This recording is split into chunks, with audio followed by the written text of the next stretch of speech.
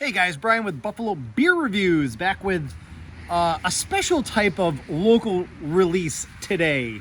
Today we're going to be taking a look at a beer from Thin Man Brewing.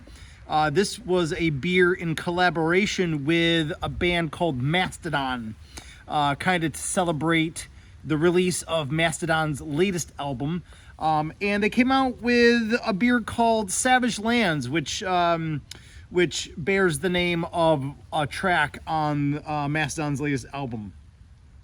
This is a 7% ABV IPA with no IBUs noted.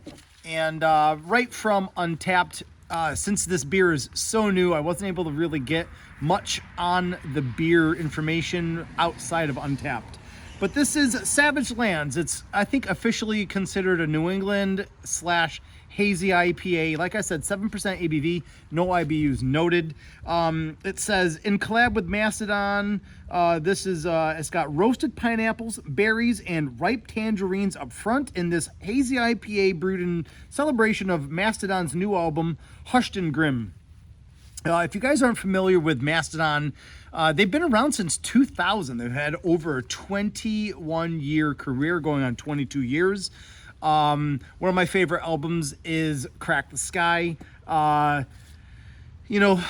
Officially formed out of Atlanta, Georgia, but some of the founding members have ties and grew up from in Victor, which is, literally our backyard here in Western New York. So a very big Western New York sort of following, fan base.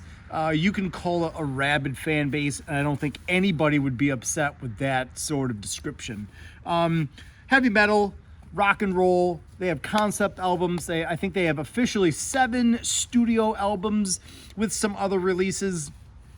Just generally something that you can put on and really appreciate the level of musical talent in that group and just kind of vibe with it. Do you know what I mean?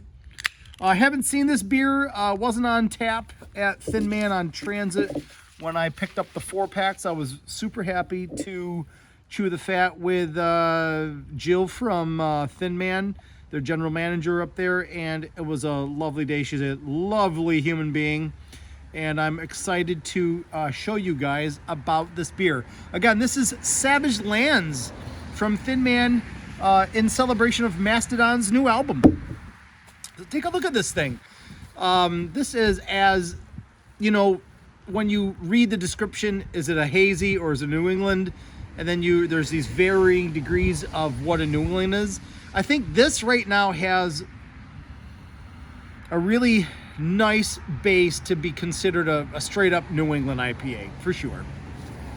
It's got that really muted yellow sort of body to it. A little bit of inner glow to it when you hold it up to the sky and stuff like that. Yeah, it's raining here, waiting for the sky to kind of crack. But it's got this really great white head on it, tiny bubbles.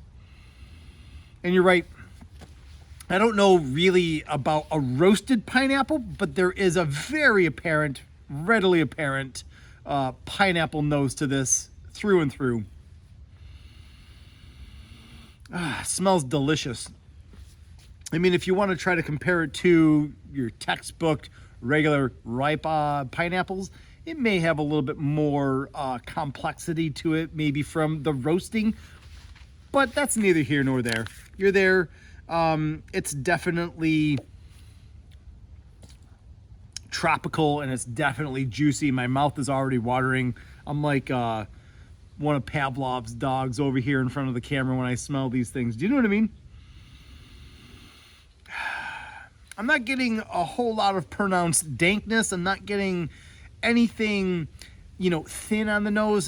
This looks the part. This smells the part. It's really a robust sort of aroma. And let's see how that follows into the body. Do you know what I mean? Let's give this thing a taste.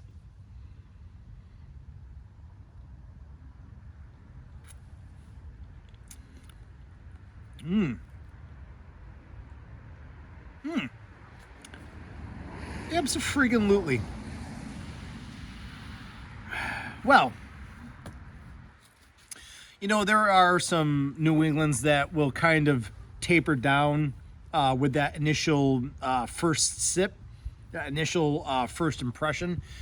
This flavor, this palate just sort of rolls into a continuation of what you're smelling right out of the can, right into the glass.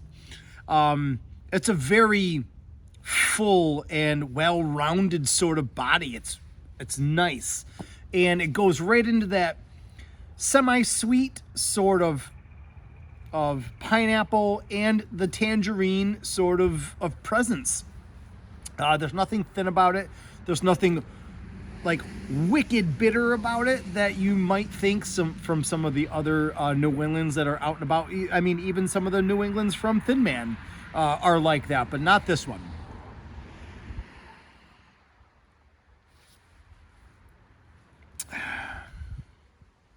I think the more that you get your nose into the glass and it pairs well with the drinking experience, you can totally pull out that berry vibe. So you're getting this cool, nice tangerine without being overly, say, citrus, overly acidic, overly, say, oily or winey. You know how you can get that sometimes with those concentrated orange sort of fruits? And then as you get your nose down in there, it's a very easy to pull out those berries that are coming along for the ride as well. These flavors are well dosed, right? It doesn't seem to be over the top, like waterfalls levels of crap. Everything seems to be well done, seems to be dialed right in, appropriate levels of things, and it just lets your senses not become over saturated, and you can appreciate things at the proper levels and at the proper times through the drinking experience, really. Even the burp is fine. Burp is very well subdued with just a little berry aftertaste.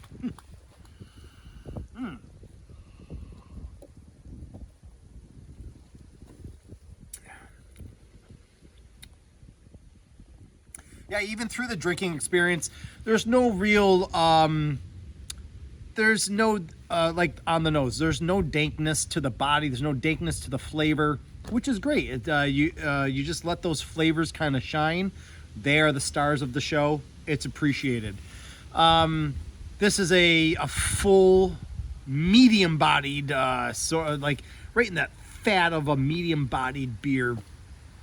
The 7% ABV is really well hidden. I think it's one of those mainstays of, I think, good brewing technique is that you're not just tasting alcohol. You're not smelling alcoholic vapors. You're not tasting, this acetone bomb. Like this 7% is really well hidden. The citricality of it hides it very well. The body is heavy enough to, make this drinking experience enjoyable without being boozy. And the 7%er is awesome. This is much appreciated. Aftertaste wise, there's ever so slight of a coating of just a typical beer coating. Nothing is out of place. Nothing seems to be unpleasant.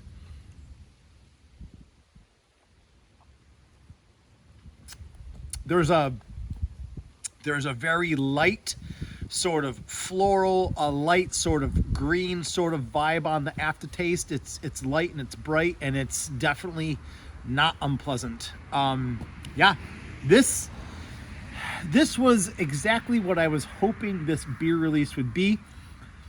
Something that you can celebrate the latest release from Mastodon without leaving like a marred impression in your mind. Like, this is a great beer. We're gonna open it up. We're gonna have a beer. We're gonna put on the latest album, Hushed and Grim, and we're gonna throw it on the earbuds. We're gonna throw it on the stereo system. We're gonna be able to have a beer like this and enjoy the album and not have to struggle through a beer like this. Do you know what I mean? Which also brings me to the point. this is not going to be a hard beer to finish, even in the slightest. Quite the opposite. This is going to be a very easy beer to finish, in my opinion. So I know I can be a little long-winded when I'm excited about a beer. It's been a little bit of time since I've been in front of the camera doing a little bit of a beer review. I'm sorry about that. But this is Thin Man's Savage Lands collaboration for the release of Mastodon's album. If this looks like a beer that interests you, I mean, go out and grab it. I was up at the Thin Man on Transit Road next to Brennan's, but I'm wholly sure that all of the other Thin Man locations around town are going to have a ton of this, and you're going to be able to buy it and enjoy it. But I probably wouldn't sleep on it. If this is something that interests you or might pique your interest, I'd probably say get on it, because you know the Mastodon fans are a little on the crazy side, and I could see them snagging up a lot of this beer just on the name alone. So that's it for me. I really appreciate all the clicks and the watches and the comments. You guys know that. I say that every time I make a video, but it's neither here nor there. I really appreciate it, guys, and I will see you guys in the next one. Cheers.